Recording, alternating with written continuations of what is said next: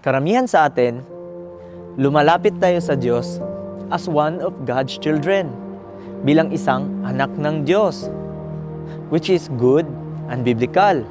We want to worship Him, we want to please Him, we want to become a better sons and daughters of God. Pero minsan, habang busy tayong inaayos yung relasyon natin sa Kanya, nakakalimutan natin na may mga anak tayong nakatingin sa atin araw-araw. We want God to be proud of us. But remember, God is also asking, are you leading your children to me? Why? Because in the book of Proverbs 22 verse 6 says, train up a child in the way he should go, and when he is old, he will not depart from it. Hindi sinabi ng Bible na hintayin natin silang matuto. Hindi rin sinabi ng Bible na paglaki na lang nila, saka natin sila turuan. Ang sabi ng Diyos, train them up now. Because the truth is this, kung hindi natin tuturuan ang mga anak natin tungkol sa Diyos, may ibang magtuturo sa kanila. At hindi iyon ang Diyos. Yun ang mundo. Let's be honest as a parents. We give them phone because we love them.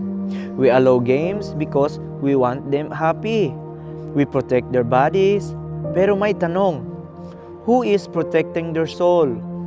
When was the last time we prayed together with our children? When was the last time we told them, anak, mahal ka ni Jesus? Jesus said in the book of Matthew 19:14, let the children come to me. Parents, our job is not just to provide their needs. Our job is to lead them to Christ. You don't need to be a perfect parent.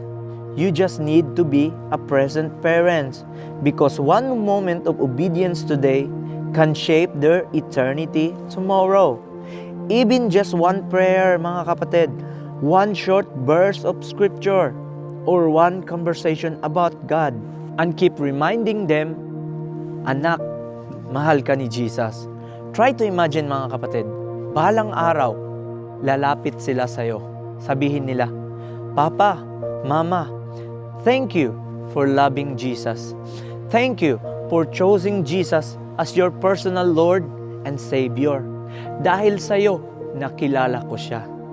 And always remember, Jesus loves you, and I love you too.